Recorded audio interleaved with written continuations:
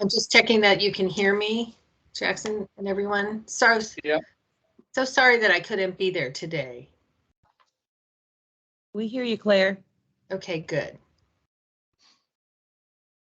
She didn't get that. Claire, I said, don't worry, your borough is in good hands. My. Well, good. That was my main concern is who's going to eat my burrito. We all have to have our priorities, and you'll learn to align correctly soon enough. Okay. Back in the kitchen. Like ready.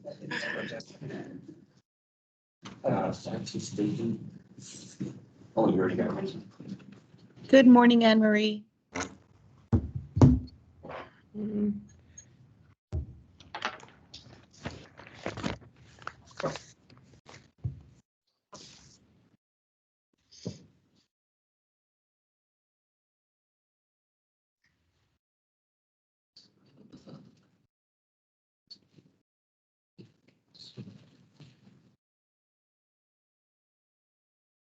Thank you all.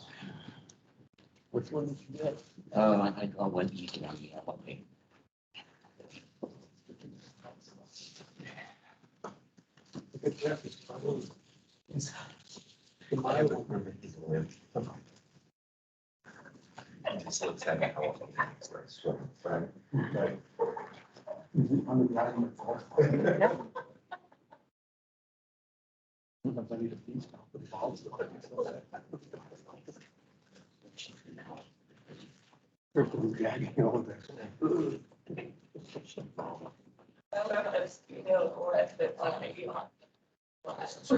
No? You're lucky.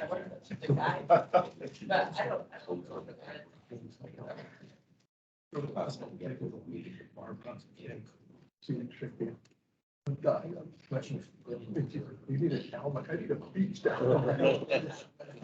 Yeah, well, That's what my wife. You want to head down, didn't you? yeah. Count your blessings.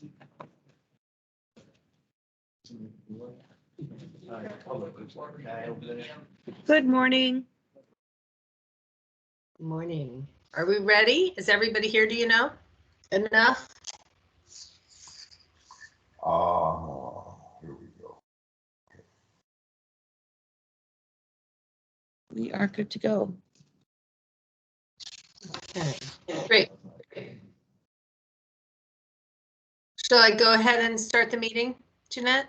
Sure. We have a quorum.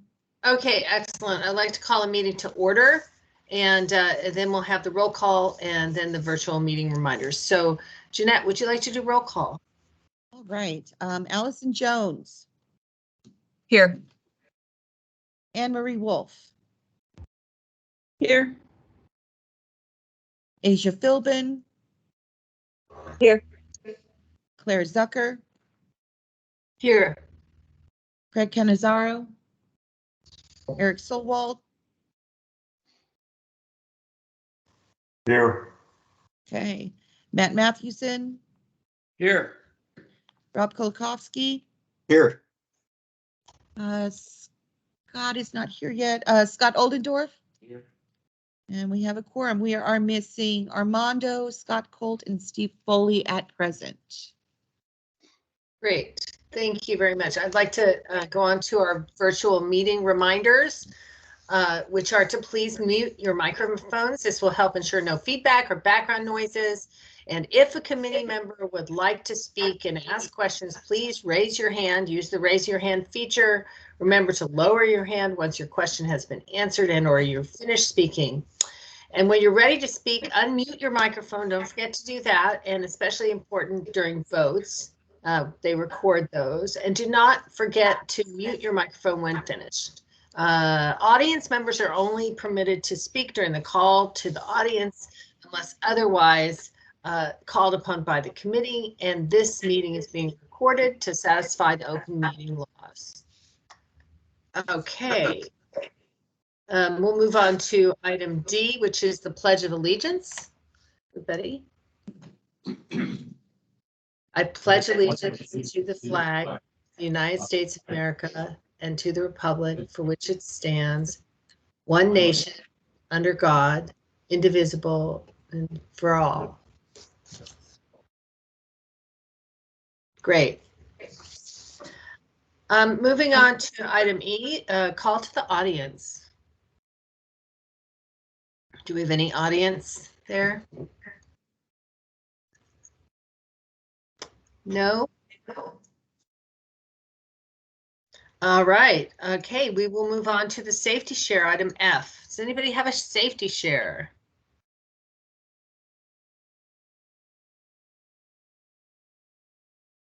If I can put some in, with the wet weather and the colder temperatures, we had an operator slip off a truck last night, fell onto the ground.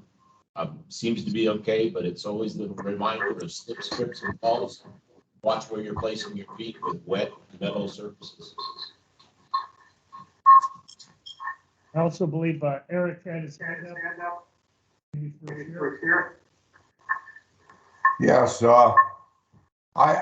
one of the things that always cracks me up is listening to the news reports, and like for Mount Lemon, you can go up to Mount Lemon if you have tire chains or four-wheel drive. And I've always known that four-wheel drive is not the cure-all for everything.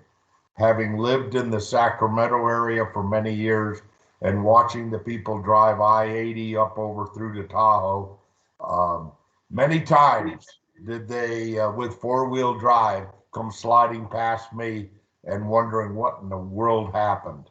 So four-wheel drives are great, but they need to be operated in a safe manner. And when you hit the brakes on a four-wheel drive, they are an unguided missile immediately. Thank you.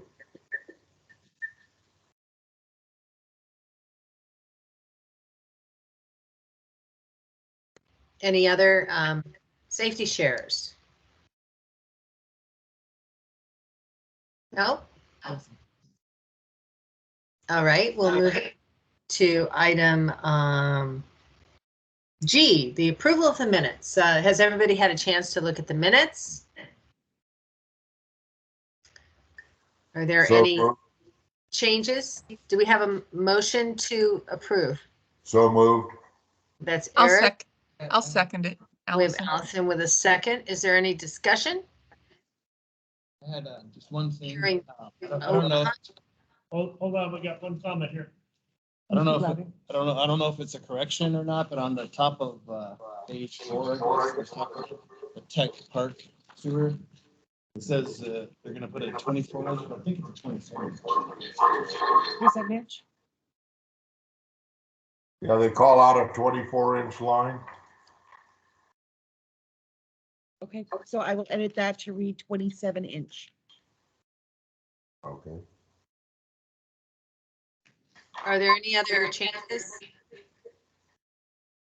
Do you amend your motion to approve the minutes with changes? So moved. And is there a second still? I'll second, Allison. Okay, any other discussion? Hearing none, may I have a vote? All those in favor for approval of the minutes, please say aye. Aye. Aye. Any opposed? Not hearing none, motion passes. All right, we're moving on to the discussion action. We're going to have a discussion about member term expiration, a reminder, and I believe that's you, Jackson, item number 1 under H.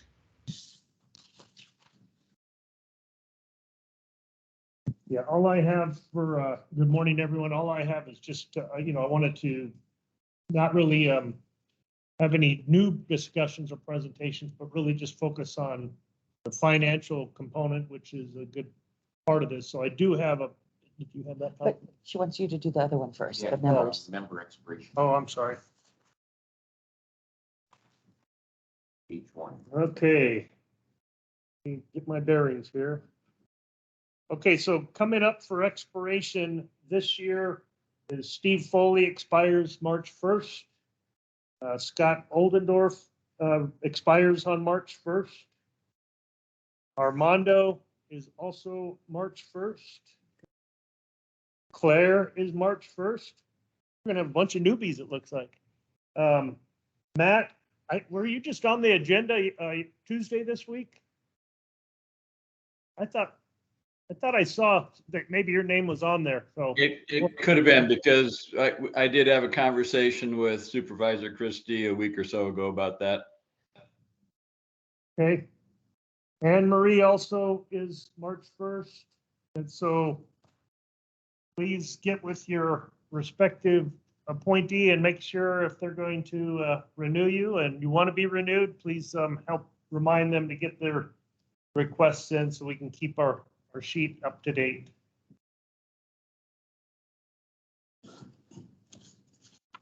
All right. All right, thank you very much. Did everybody get their names? I hope they all heard them. And can you make sure that those, if there's anybody on that list that isn't in attendance, Jeanette, would you mind emailing them? Of course. That'd be great. Okay. We're going to move on to item 2, which is the 24-25 budget discussion. And Jackson, back to you. All right, thanks. So again, since we're at that time of year for this group where, the primary function is, to pay attention to the financial activities in the department. So I'm pretty much focusing all my time just on budget and finance topics. So here is I'll run through a brief presentation on what we are requesting for next year. So can I move it or we can move it? Thank you. Click. Okay. Should be able to go.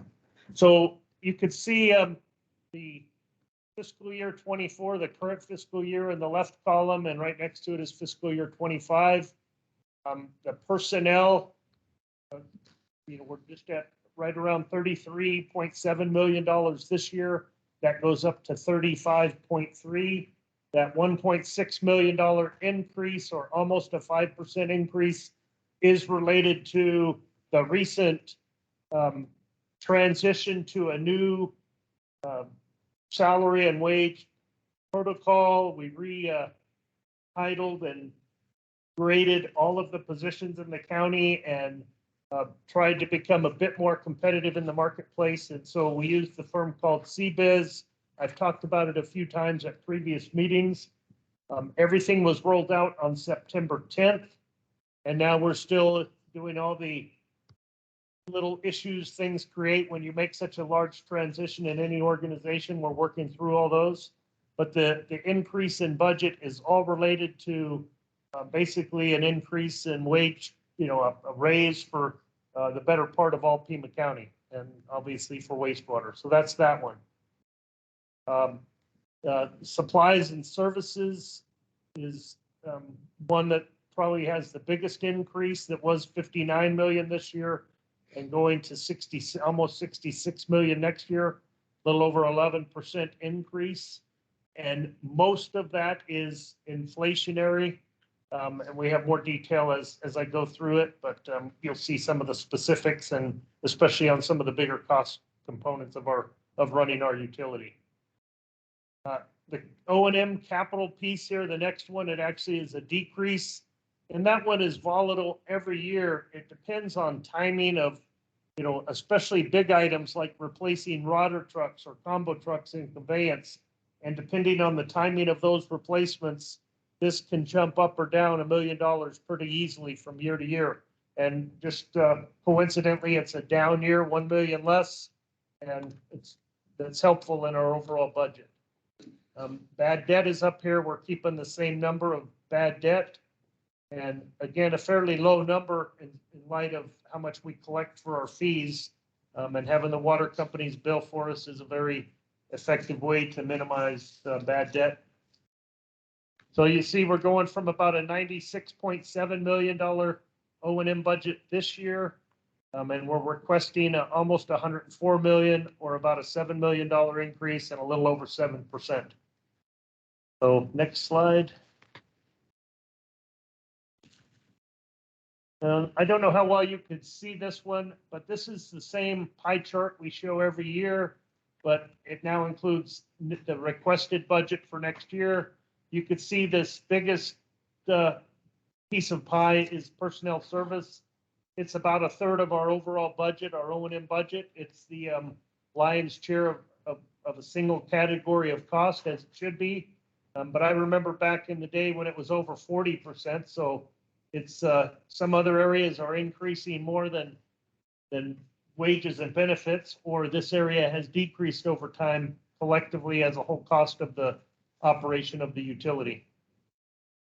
The rest, hold on, I'm sorry. Oh, Sorry. Yeah, one more. And just, you know, the rest of them, you can look at it at your convenience, but you got, you know, the other big items over here are, let's see, what one was the orange? I can't even tell here.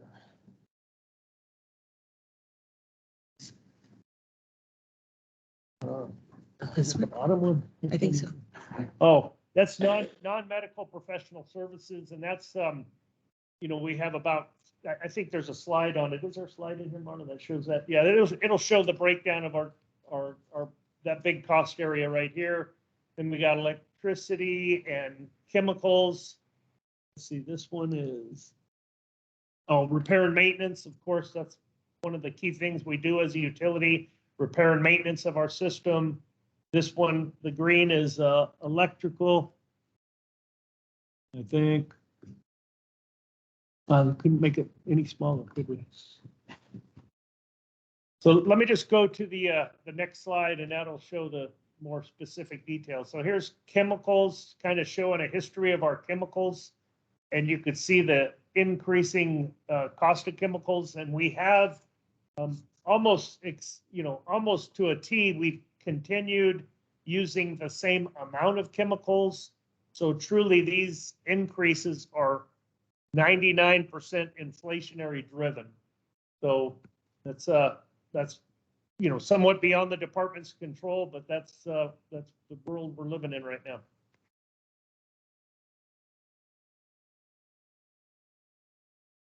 Here's some examples. So hypochlorite, you know, that's the bleach we use for disinfection in our process. Back in 21, the unit price was 83 cents. I think it was per gallon. And now for the current fiscal year, it's $1.79 per gallon, which is 117% increase. And we can go through all these are some of our major chemicals that we use. Ferric, it went from $2.17 per gallon to $3 per gallon, or an 83% increase. The bisulfite went from 14 cents per pound to 22 cents per pound. Wow, only a 57% increase. And mag fluoride, which is one of our newer chemicals with the neuresis process, it's gone up 26%, and polymer's gone up 13%. So you could see some, you know, none of them are consistent about what inflation, how it's impacted different reagents, but definitely a big part of our cost increase. Electricity is the same situation. Here you can see the historic values of electricity, and of course these most recent increases again are inflationary. We're still using approximately the same kilowatt hours. It's just a per unit cost per kilowatt hour that continues to go up with inflation. Here was a list of the professional services that's gone up, not as much as chemicals or electricity, thank goodness, but you know, the first one is the Jacobs contract for running the Agua Nueva design, build, operate project, and that's a little under $6 million. We pay Tucson Water a little over $4 million to do billing for us. We also have the other water companies and cost associated with billing that's around $1 million. And then we have some internal cost with Pima County for billing. So I think it's just interesting to note that we spend probably close to $6 million a year just to bill for our service. ProPipe does some CCTV services for us of 1.9 million. And then we pay Southwest Gas $350,000 for taking our biogas. And then there's a smaller other ones like Blue Stake and some others, but that's the lion's share of those professional service costs. Next. You have repair and maintenance, and it's really just maintenance items that we buy that, again, almost exclusively inflationary. Okay. Personnel, if you follow my cursor, this goes back to 2017-18. We had personnel budgeted was 451. The next year of 18-19, it stayed the same. Then we dropped to 442, and then dropped the next year to 418, 406, to 402. And the current year and proposed for next year, we're still at 399. But you can see that we've reduced like 52 positions in this period of time. And those of you that have been here for many more years, I think it was in 07, 08, somewhere 8, 9. We've been as high as 597 positions at one time. And, we're looking, to try and tell the story. And we kind of have some little comments about, some of the consolidations that drop numbers, but a fair amount of it is efficiencies, automation, and just due diligence on being good financial stewards of the business and the utility that we run. And I think it tells a really good efficiency story over time. Next. As you can see, our sewer user fees, the revenue has been fairly consistent for all these years, and we haven't raised rates in all these years. Well, I take it back. Right here, and was it 16, 17? That was the last one. 16, 17 here. It went from a rate of 24.67 to 25.54. That's the average residential bill, right? Yeah. But right now, it's been a while. Historically, when I came to the county almost 20 years ago, I think we were like at 11 CCF or 10 something CCF average use per residential customer. But we've gotten down into 7 CCF, which is pretty good from a community perspective. But just this year, we dropped to 6 CCF. So, since our bill is based on volume, that we're seeing a decrease in our revenues as well. As the inflationary increase in costs, we're seeing a decrease in the revenue because the volume that the average residential user uses went from 7 CCF to 6 CCF. Okay. I ran through it, but we'll hopefully have much more time for discussions on our financial stuff.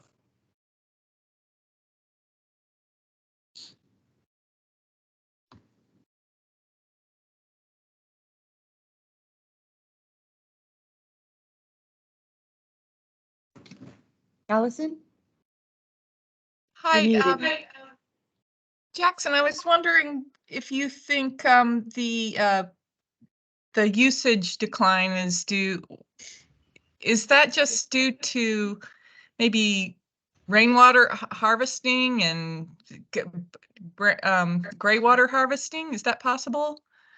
Yeah, It we seems- think it's the whole myriad of conservation efforts that are out there. There's always an awareness and a push for lower use. There's rebate programs for people to swap toilets and washing machines and different programs that have taken place.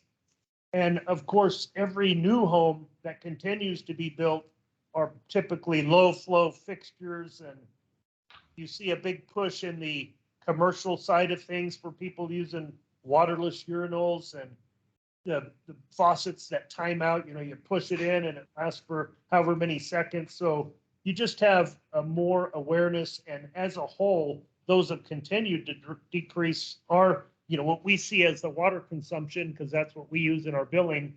But it was just a surprise that it's been fairly steady at 7 CCF for a number of years, and finally there's another little blip. So I don't know if there's one or two things that have made that more drastic drop all of a sudden, but in general, all those things have played an impact over time, so it's hard to pinpoint it. Yeah, it does seem like a drastic change, and I'm not sure that the water providers have seen that same sort of drastic change. I know they're showing less usage per customer, but this is pretty dramatic. I think the other big one too, and this is water use. So, you know, that's how we get our billing. That's how we do our billing is we use water consumption data for the winter months. And, you know, I do say, well, a lot of landscaping has gone to zero scape or waterless, but because we use winter quarter average, I don't think we see as much of the impact on irrigation and, you know, the watering effort because of the timing of where we take our data. But nonetheless, all those things have played a role in that, Allison. And, you know, I mean, it's a great thing when we compare ourselves nationally. We probably look pretty good, but guess what it does for poor old wastewater? It drops our revenues. So, you know, we have to be aware of that. Hold on a second, Eric. Oh, I'm sorry. Eric, you had your hand up? Go ahead and unmute. Yes. Yep, I'm unmuted. Speaking from the water side, as a member of the Green Valley Domestic Water Improvement District Board, you know, conservation costs, and we, like a lot of water companies, have been caught with the Colorado River being lower. Therefore, the publicity has been much stronger in water conservation. And so by doing that, you generally, what goes in is less, so what comes out is less. And so that, from my perspective, that's what we're seeing. You know, in our area, we get a good rainfall, good summer rains, we get some good winter rains, our water usage drops. If we have a dry winter or a dry summer, then our water usage increases. And so it's the weather versus the people taking the water and being much more conservation oriented in their usage. Thanks. Greg? Yeah, I had a question. Thank So you. obviously, Does irrigation. anybody else got have their, Yeah, we got Craig over here's got a comment or question. okay. All right.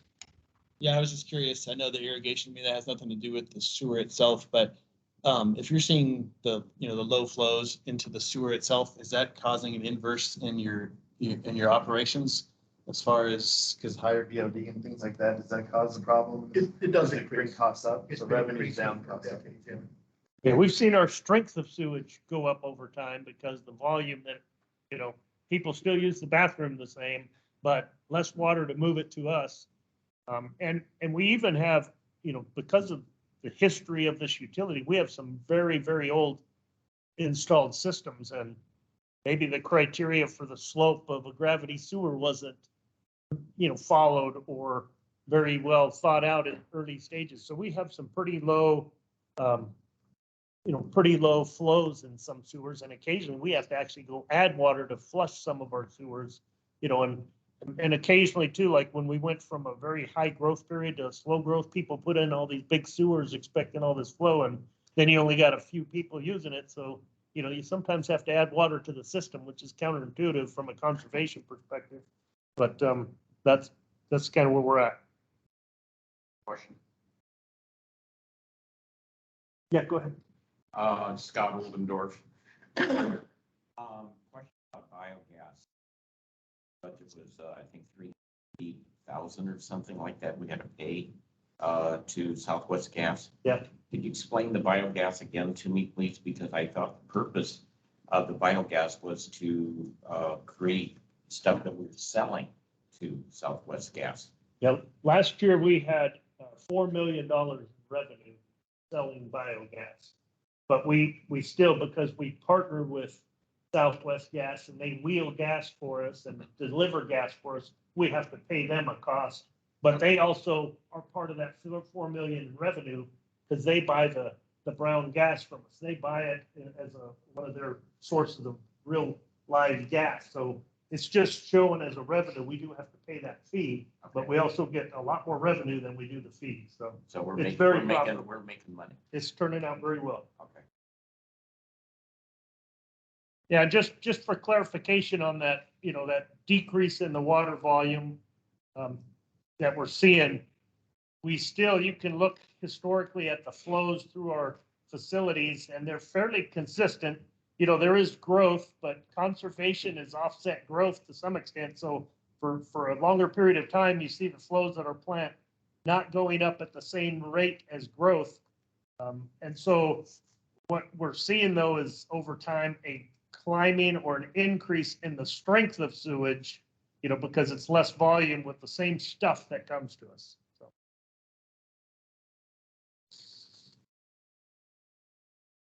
Great discussion. Anybody else that would like to speak to this? Well, thank you. I'm sure we'll have a more additional discussion in the finance committee meeting as well. Any other things you want to add on item 2, Jackson? Any? No? Okay, we're good. We're going to move on to the item number 3, which is the technical services and engineering update. And Jaime Rivera is here to provide that.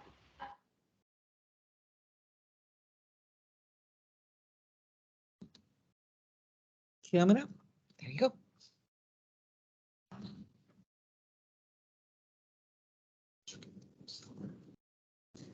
Good morning, everyone. Here we have our ES&E org chart broken down by areas. We have the administration, which is handled by Bronwyn Perry, and we have a position that handles special projects and improvements for the division, and that's Olivia Canis. The O&M and CIP group is also in this area. Engineering Services and Utility Coordination by Kent McRae.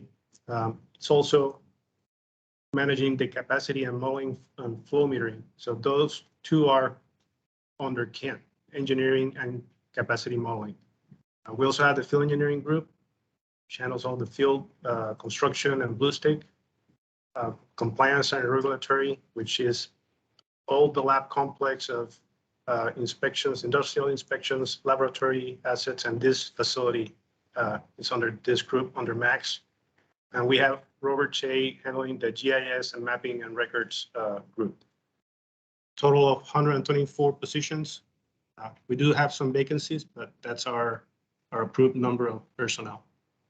And Jaime, let me just interrupt real quick too, just to remind the committee that Eric Wiedewoldt was the previous Deputy Director of Tech Service and Engineering, and Jaime was the previous Deputy Director for the Conveyance Division. And I was picking on them, so we swapped their positions just to upset their worlds. But they both have transitioned, what was it, in October of last year. So Jaime's been in this new role half a dozen months or 4 or 5 months, whatever that is. And Eric is doing the same over in the conveyance. So it was just an opportunity to do some cross-pollination and see the world in someone else's eyes and walk in somebody else's shoes. And so it's been a very exciting opportunity for us. Sorry, Jaime. No problem. Eric left a great group. Pretty much just sit down and let everybody do their job. They're all doing great. Eric said he had it in cruise control autopilot. Jaime didn't have to worry. And that's just a big description of what the administration group does for us. But basically, they're our first line of, they're our face to the customer. Customers come in, they interact with the administration group, and they request, they handle their requests for information, HCS locations. They send them to the right group or section or division in the department as needed.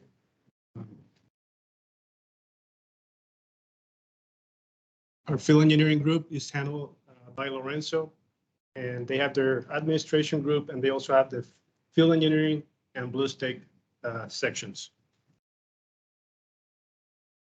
Blue stake, as you know, is our defense during construction to avoid utility hits. And every time a contractor needs to dig or excavate, they need to contact Blue Stake to make sure that they're not impacting other utilities. There's about 6,500 Blue Stake tickets per year, which is every construction or contractor out there putting a request to verify there's no conflicts. And of those, about half of them have to be actually sent out physically in the field to verify and paint the location of our sewer line.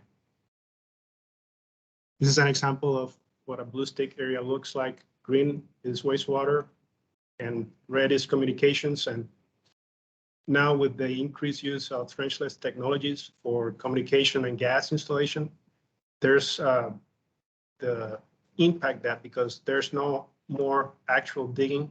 When you're digging, you're more careful because you have a big excavator in the ground that is being monitored. Now with the trenchless installation and construction, they are basically guesstimating the location of and depth and hoping that they don't hit another utility. And when it goes wrong, something like this happens. So that's the importance of calling Blue Stake and making sure that when there is a crossing, that it's clear the depths of each of the utilities in the way. The field inspection groups, they handle all the construction, new construction, repairs, maintenance activities for new development, our own in-house maintenance and repair. Other jurisdictions, DOT or transportation projects that have to adjust to grade, reconstruct, and in any way contact or impact our sewer system.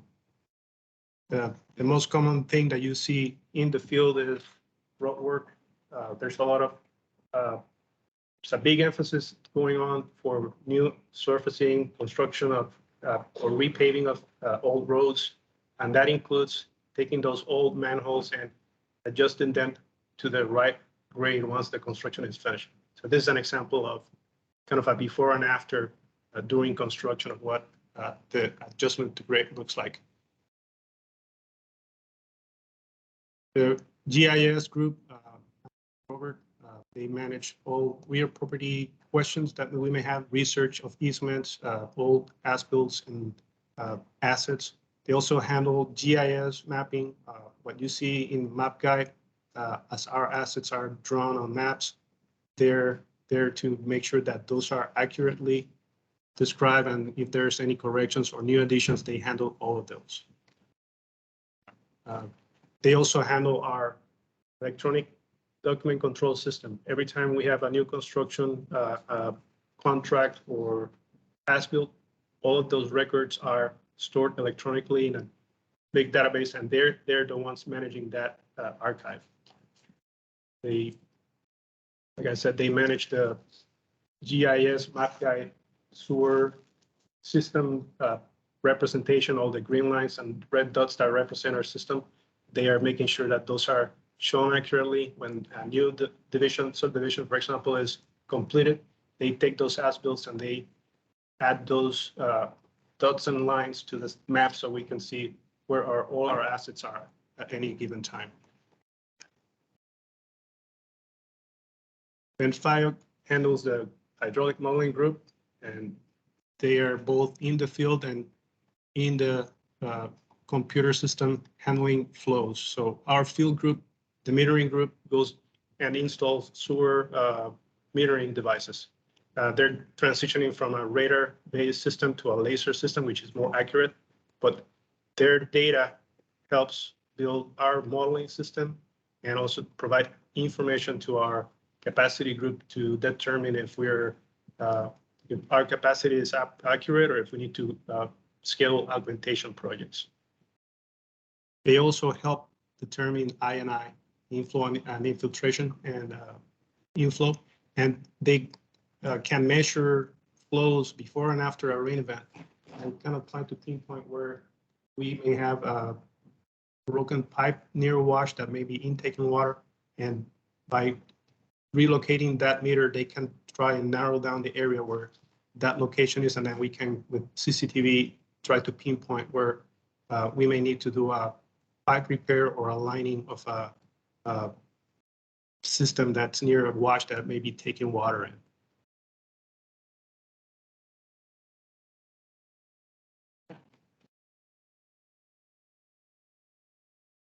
Here we go. Kent manages the engineering group. His team is comprised of utility coordination, engineering services, and capacity management. The utility coordination group takes all of those new plans coming in from development and construction efforts, road work or new construction. They review them, they verify that if there's a sewer line impacted, that they are taking care of all our requirements and making sure that our assets are addressed during the construction efforts.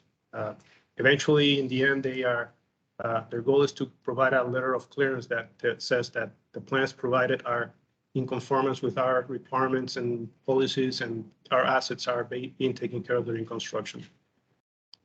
We also have the planning group, which takes in requests for capacity. A new development, for example, may be coming in, new subdivision, and they will request to the planning group a letter clearing them for the needed capacity that they would be using or assigning to each one of those homes, for example.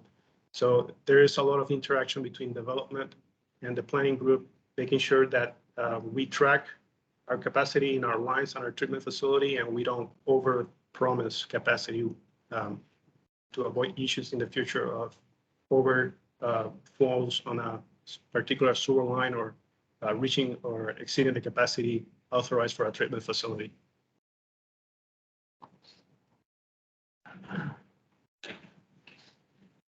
Our O&M and CIP drug delivery group is broken down in 3 sections or 3 groups. We have a conveyance, treatment, operation, maintenance, repair, and QCO groups, and we have a pre-controls group. Each of the conveyance and treatment, job order, and QCO groups handle maintenance, repair, emergencies for each of the divisions, either treatment or conveyance. We have a CIP manager who manages the job order contracts. We have 4 contractors in conveyance, 3 contractors in treatment who are assigned different jobs depending on their expertise to manage either repairs or construction efforts. There's assisted by a project manager and a project coordinator.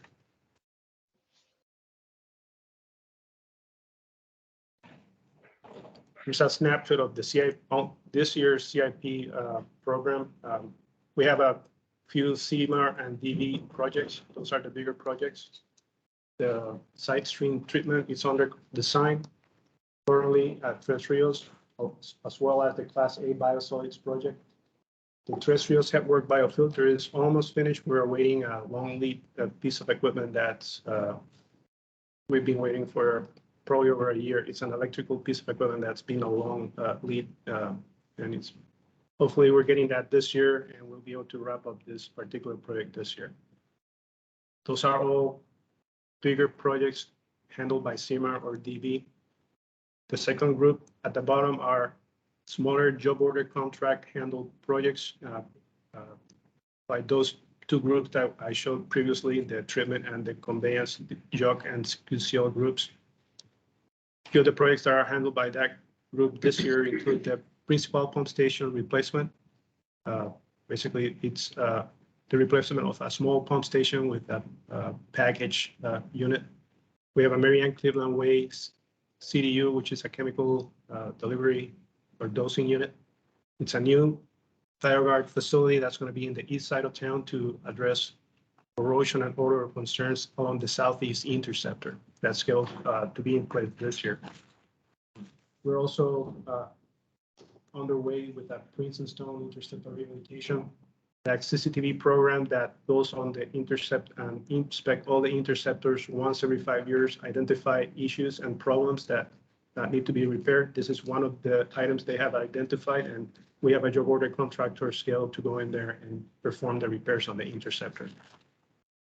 We also have another job order contract taking care of an emergency. It's in Tres Rios. We have a digester lid that is corroded, and it's beyond repair in the sense that it's not feasible to repair it and try to patch the corrosion and the holes that are resulting from that corrosion.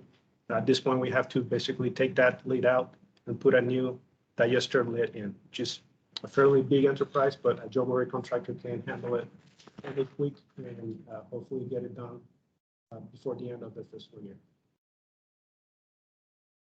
That is about all we have for our division, and pass it back to Jeanette. Thank you. Are there any comments, Matt?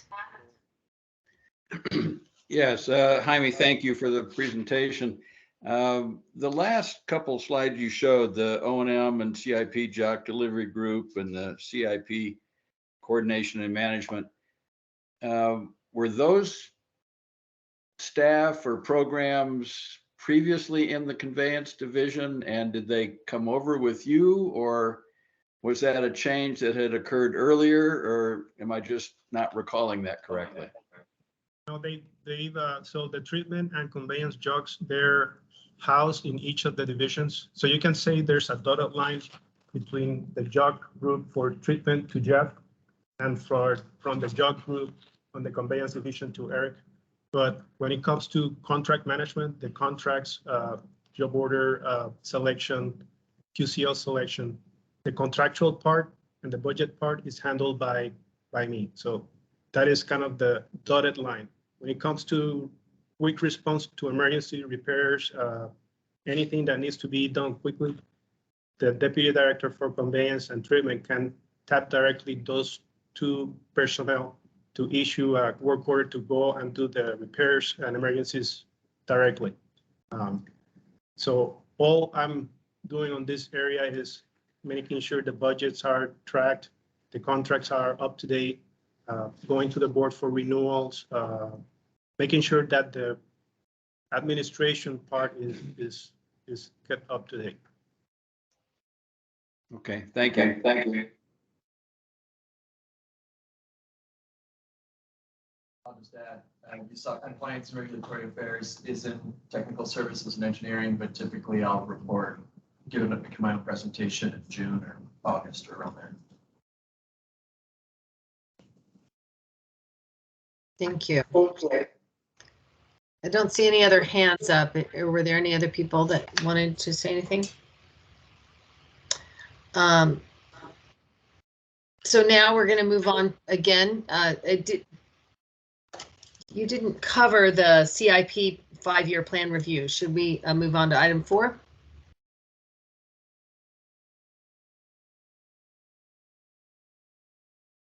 Do this then. Or Yes. So sorry, it was the last slide. And oh, it's the last slide. Okay, that's what I thought. And I was like, Right. Item 5, the financial subcommittee report. No, I'm sorry, where's Claire? I still have the last slide. Okay. Okay. Presentation, I'm sorry. All right. Keep going. Right.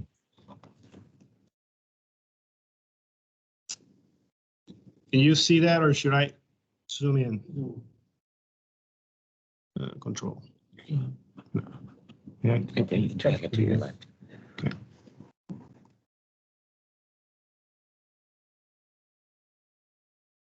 That better?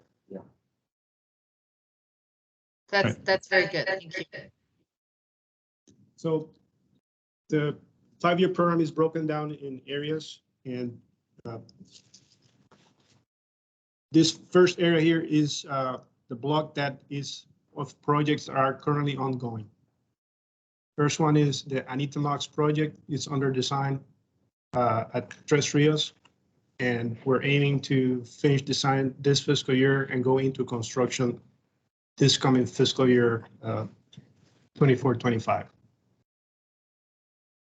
The Continental Ranch second enforcement project is well under construction, is aiming to be finished this fiscal year. So in the May-June timeframe, we should be wrapping this up and completing that project. The Tres Rios Headworks biofilter is one of the one I mentioned that it's awaiting a long lead electrical gear piece of equipment.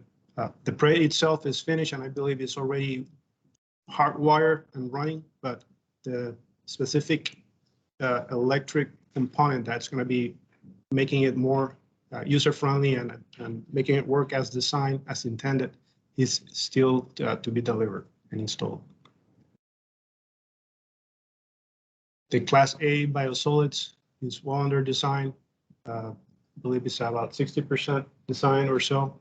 We're close to it. And again, it's scheduled to start construction the later part of this fiscal year and be in full construction the next 24-25 fiscal year, wrapping up on the 25-26 fiscal year.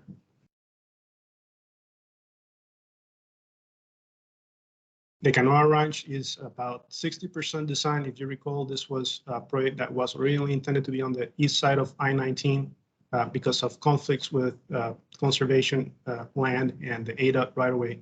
We had to shift to the west side of the I-19 interstate.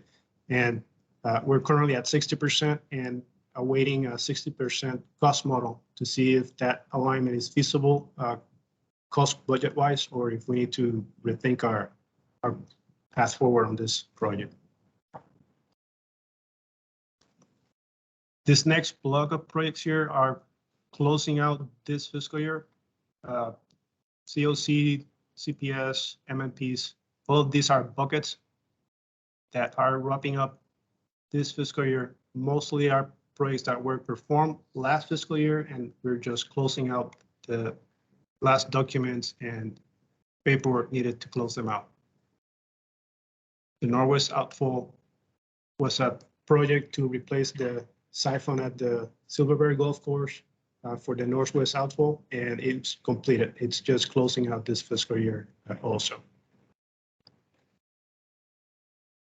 This next block of projects are what we call the buckets. You can see that they kind of waterfall fiscal year to fiscal year. They start on a given fiscal year, and they have a little bit a tail end the following year to close out each of those projects. They're broken down by order control, buckets, pump stations, utility minor modifications. This particular project handle invoices from jurisdictions like DOT and ADOT when they have impacts to the sewer line that we're responsible to reimburse. This is the project that covers those invoices from other jurisdictions. We also have the manhole rehabilitation and pipeline rehabilitation buckets, and that's a certain amount broken down in per year to handle maintenance, repair, emergencies for manholes and pipelines. And we break them down year to year to make it easy to capitalize the assets. All of those, for example, this MRP project may have over 100 little jobs enclosed or involved in that single project. So we want to be able to keep track and close and capitalize all those assets year to year to make it easy on everybody to keep track of our assets. The last one here is the treatment rehabilitation program. That's focusing on the terrestrials and the outlying facilities, emergencies and repairs and maintenance needs. And they have a certain amount budgeted every year for maintenance and repair, and they, at the end of the year, they close that project and they capitalize any assets that may be in there. These next two projects are two projects that are in the system to take care of any interceptor issues that may pop up. You recall the CCTV program inspect the whole system every 10 years, but they focus on the interceptor lines every 5 years. So at the end of the 5-year cycle, they'll produce a report saying what areas have any defects that need to be addressed, and maybe a grade 5 or 4 that it's urgent that we take care of. So we're kind of putting a little foot on the door to wait for that report and make sure that we have in the system funds to address any bigger repairs that we need to do in interceptors. And because of the size and the amount of flows, usually the repairs in interceptors are very expensive. So we need to kind of be aware that that may happen, and we want to make sure that we have money set aside for something like that coming up once the cycle is completed. And the last block of projects here are future projects. The Prudence Pump Station is 100% designed, but we're bordering is the installation of a gravity line to relieve and decommission the Prudence Pump Station. The gravity line is bordering an old landfill in Broadway and Pantano. And ADEQ is in the process of closing out that landfill and assigning liabilities for some, I guess they have to address some liabilities. And we're waiting for ADEQ to issue their report in order for us to then be able to do our installation without incurring or by mistake adding ourselves to the liability partners in that closeout of the landfill. So as soon as that is that document is produced by ADEQ, we'll be able to go in there and install that gravity line. The next one, the building 4 primary clarifiers, is a project to rehabilitate or replace the primary clarifiers in Tres Rios. The original building is the original treatment plant for the old Ina Road. So it is already over 30 years old, and it's showing its corrosion, wear and tear on the concrete and the mechanical equipment. So this project will rehabilitate the facility and replace the old mechanical chains and screens that are working on inside that facility. These next two projects are the planned Sahuarita wastewater treatment facility. It's a new facility in Sahuarita and includes an interceptor from the Green Valley existing waste treatment plant to the Sahuarita treatment plant. The intent is for this facility to be installed, be up and running, and eventually will then decommission or close Green Valley.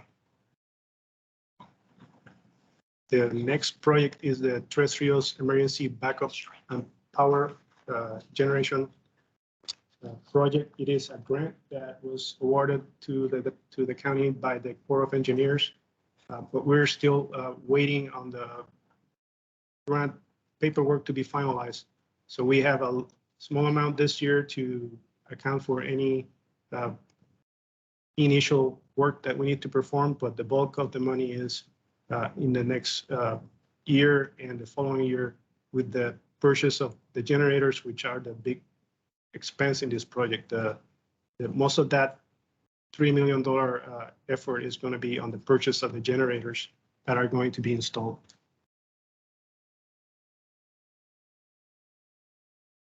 The University of Arizona Tech Park SEI augmentation is a joint effort between the U of A and the county.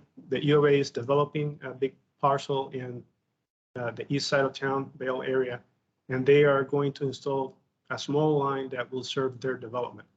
Just so happens that we have a long-range plan to do an augmentation or extension of the southeast interceptor in that same area. So this particular project, it's a good win-win for both the tech park group and the county, because we can join forces and install this extension and share on the cost of mobilization, construction efforts and such. So it will save money for us and it will make it a little easier on them also. The Tres Rios digester facility is intended to install a new digester building on Tres Rios. We have the two new big digesters that were installed by RUMP in place and operating. Their state-of-the-art electrical gear is almost brand new, but it's up to date. And we have also the old digesters that were originally in Ina Road. Those facilities are, again, 30 years old. They're original facilities. Their electrical gear is very old, outdated, and many of the components are no longer available. So we have to go on kind of jerry-rig fixes as things break. So at this point, one of these facilities is the one I mentioned that is having an emergency digester lid replacement. Since They are all in the same age group, so all of those 3 facilities or 4 digesters are all corroded. The digesters lids are also corroded. So we're expecting that all of them are going to need some sort of major repair or rehabilitation going forward. The digester volume in the Tres Rios is pretty tight. So we can only have 1 digester out at any given time to make sure we comply with our timeframes of retention for biosolids. So that makes it very difficult to do a repair on a facility when there's only the flexibility of having 1 digester down at any given time. So we need a little bit more room to operate the facility. And this new digester will provide that redundancy and flexibility to operate and maintain that the digesters at Tres Rios. The last project here is Building 14 Central Operations and Renovations. This is intended to reuse the old powerhouse at Tres Rios. Right now it's an empty shell, but it's well placed in the facility of Tres Rios to be kind of a central operation room for all the different areas for Tres Rios. We have SCADA operations in one center. We have the maintenance and repair operations in other areas scattered through the facility. The intent here is to put all the operations for SCADA treatment and maintenance and repair in one location so they can all be more efficient and interact with each other and help communication and operation for the facility. And those are all the projects we have scheduled for the next 5 years. We have, I'm going to highlight a few of these projects. Yeah.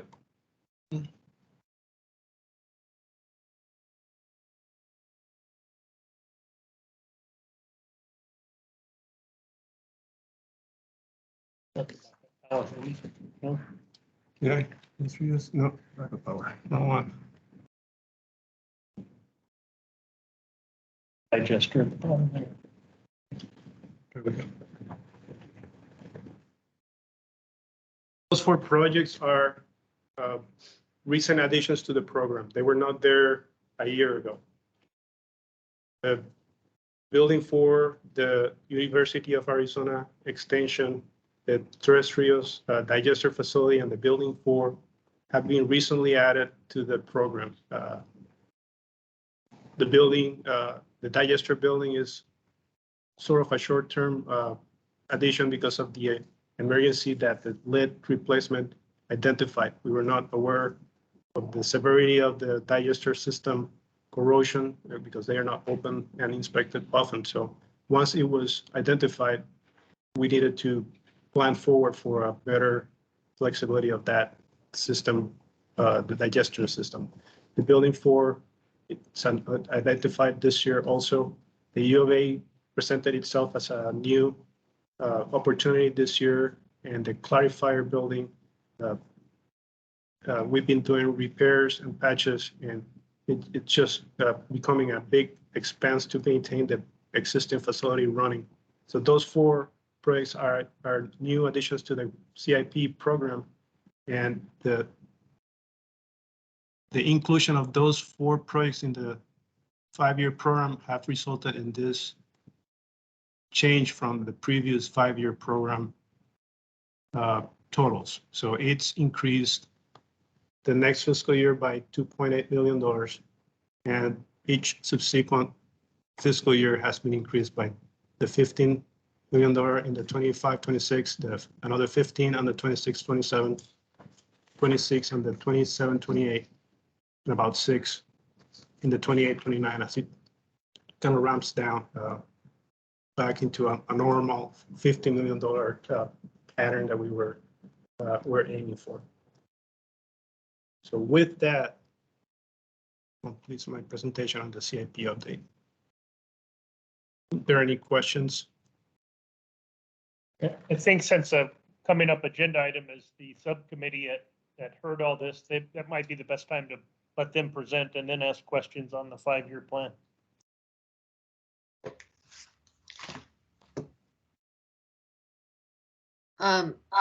So you'd like to hold questions at this point, Jackson, or would you like to see if anybody has any at this point before going on to that 5-year plan? I think it's best to hold questions.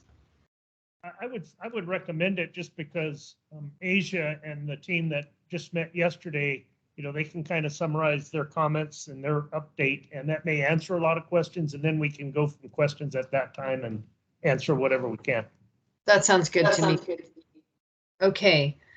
Well, thank you, Jaime. That was excellent. We'll move on to the financial subcommittee report and then on to the CIP subcommittee report. Matt. Unlike Asia's subcommittee, our subcommittee has not met since the last meeting, but big news is we're meeting tomorrow, 9 o'clock, Friday, the 26th of January. And my understanding is that it will be a Teams only meeting, that there won't be any opportunity for in-person attendance at that meeting. Is that still right, Jeanette and Jackson? That's correct. Okay, great, thank you. And then we'll move on to Asia with the CIP subcommittee report. Thanks, Claire. Thanks, everyone. I think, as you just said, Jaime gave an excellent report also to the subcommittee, which met on Tuesday, January 23rd. We met and discussed. We had planned to meet for about an hour, and I think we went about an hour and a half. Because we were able to ask, you know, some more detailed questions about the different projects, the uncertainties that are, you know, some of which I think Jaime highlighted for you, and also the prioritization that the department goes through in looking at its projects and how they determine to do those. So, you know, after reviewing all of that and having some discussion around it, and also sort of highlighting the issues that have happened in the past, also with the department on deferred maintenance and some of the things when you aren't able to accomplish key projects, the committee did also recognize that the department had gone through the budget several times, or gone through the CIP program several times, looking at what the key projects were, what those costs they think, you know, I think trying to keep them within a limit of what they would need for those projects.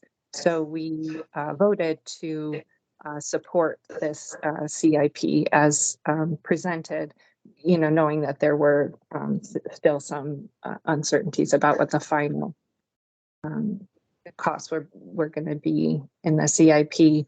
We also recognized that the financial subcommittee would be meeting and discussing things like the impact that the CIP might have on rates.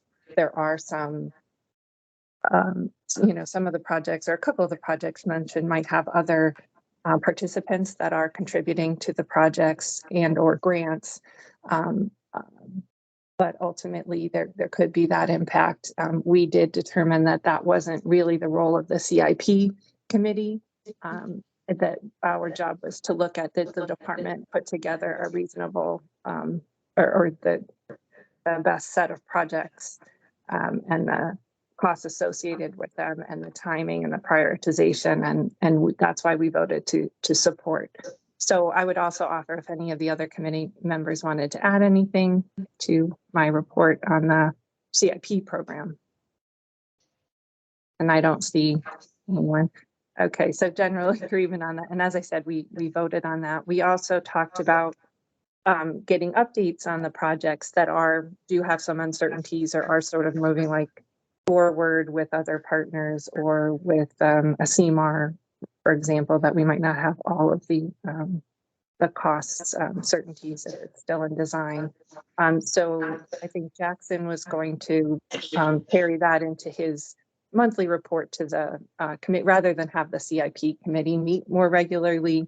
If there were those types of updates, we think we can handle them through the monthly meetings of the full committee and or you know, email us those updates. So those are the main things that the committee talked about, and the outcome being the major outcome being that having voted on the recommend or supporting what the department had presented for the CIP. So Claire, with that, I don't know if there's questions from the full committee, or I'll turn it back to you. Thank you, Asia. Appreciate that. Are there any questions or thoughts about some of the CIP? It really does have a big financial impact, particularly in, I think it goes up in 25, 26, which is right around the corner. So. Claire, it's Jackson. Just something I want to add before anybody asks a question. You know, Jaime, when he went through that presentation on the 5-year, he shows an estimated approximately $21 million worth of buckets. You know, he calls them the buckets for odor and manholes and rehab and treatment. Each of those buckets has a detailed list of what the specific projects are. You know, so we have a list for next year's projects. And the only thing that happens is, you know, because we're always trying to assess the condition of our utility and the infrastructure, you know, we have, you know, let's say in manholes, maybe we have 30 manholes we're targeting, for instance. I'm making up an example. And we can tell you which ones they are or what's going to happen to each one and an estimated cost. But next week, we may all of a sudden find an even worse manhole, so it may take the place of another one. So those lists are a little bit fluid, and so we just call them buckets. But just so the committee knows, each of those buckets has next year's detail worked out that will spend that estimated money.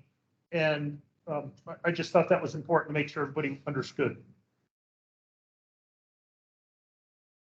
So in other words, we're not getting into those details, and those may jump around as the priorities shift.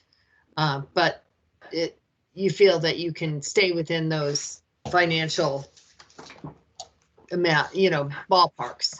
So that's correct. And like this current fiscal year, treatment had the approximate of that 21 million. There's approximately 8 million for treatment rehab.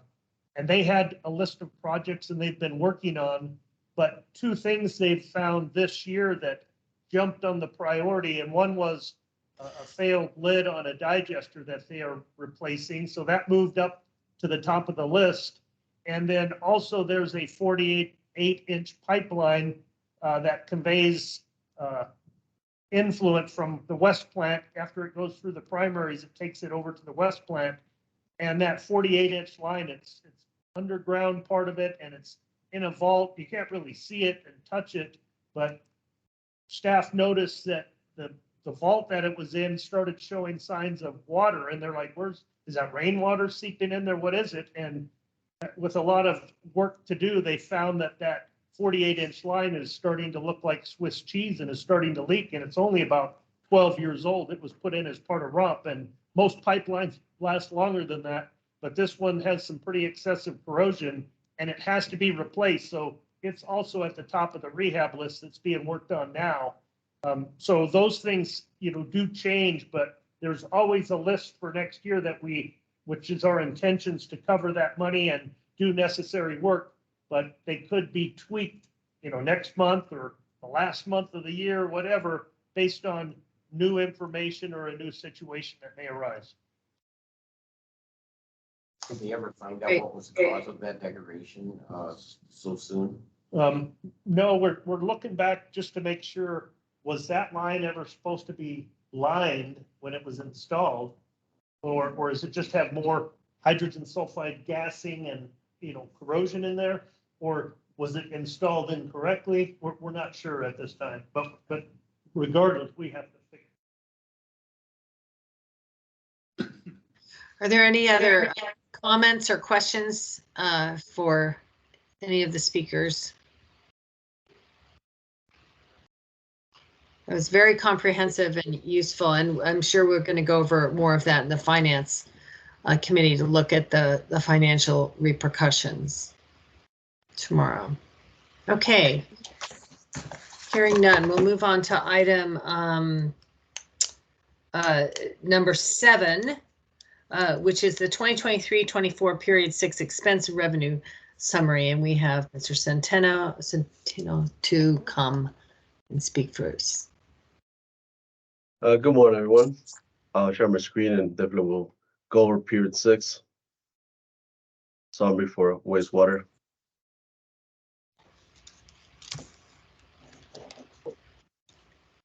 Hope everyone can see my screen. So, Yes. Excellent. So for period 6, ending December 31st, for the total O&M expenditures, our actuals were 43.8 million. Our projected is 98.2, giving us a projected variance of 1.4 million.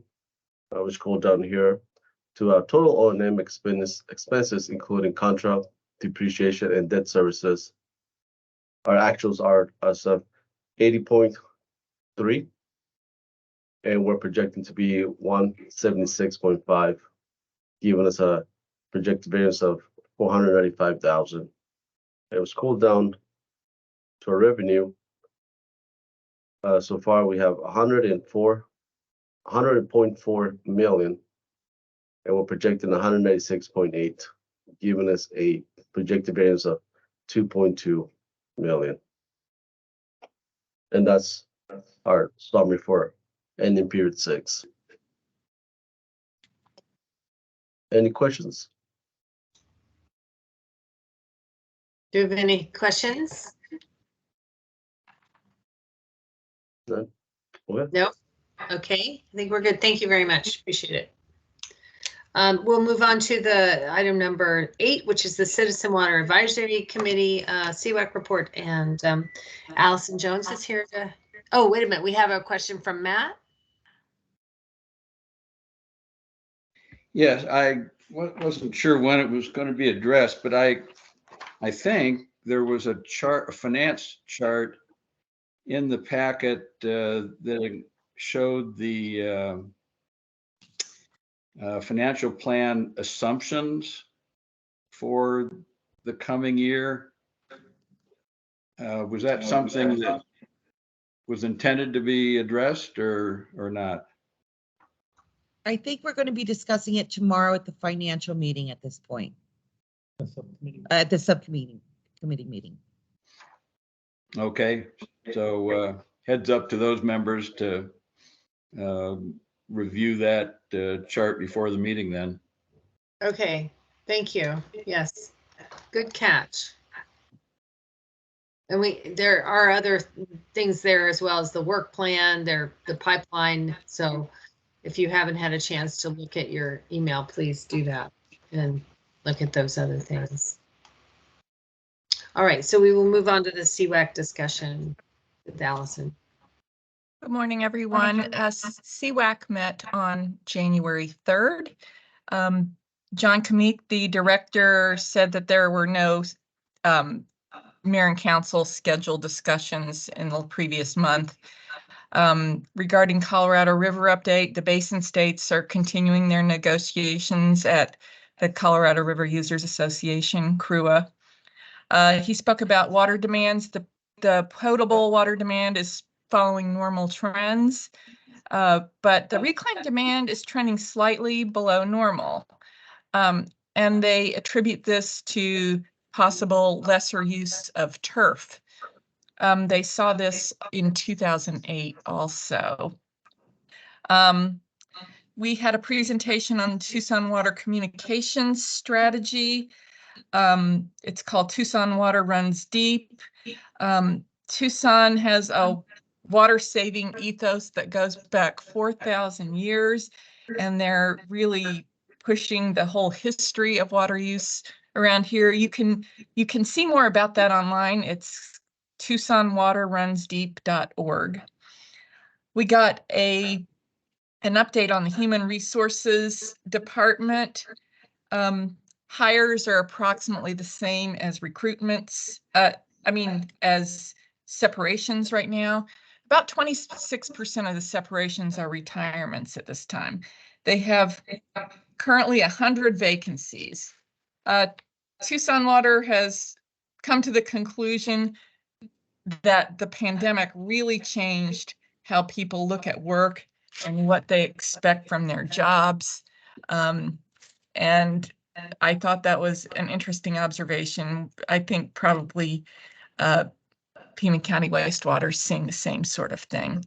We also talked about future agenda items, and direct potable reuse will be, we want to hear from ADQ about how they envision direct potable reuse will be implemented. That concludes my report. Oh, I did also share with Tucson the rest of CWAC what Jackson shared with us about RV dump site policies. That was of real interest to CWAC, and we look forward to hearing more about that as it develops. Thank you.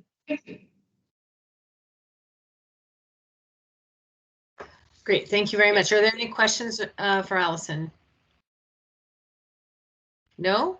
Okay, great to hear as usual. We'll move on to future agenda items. Item number I. Do we have any future agenda items? The work plan is in the report or in the email.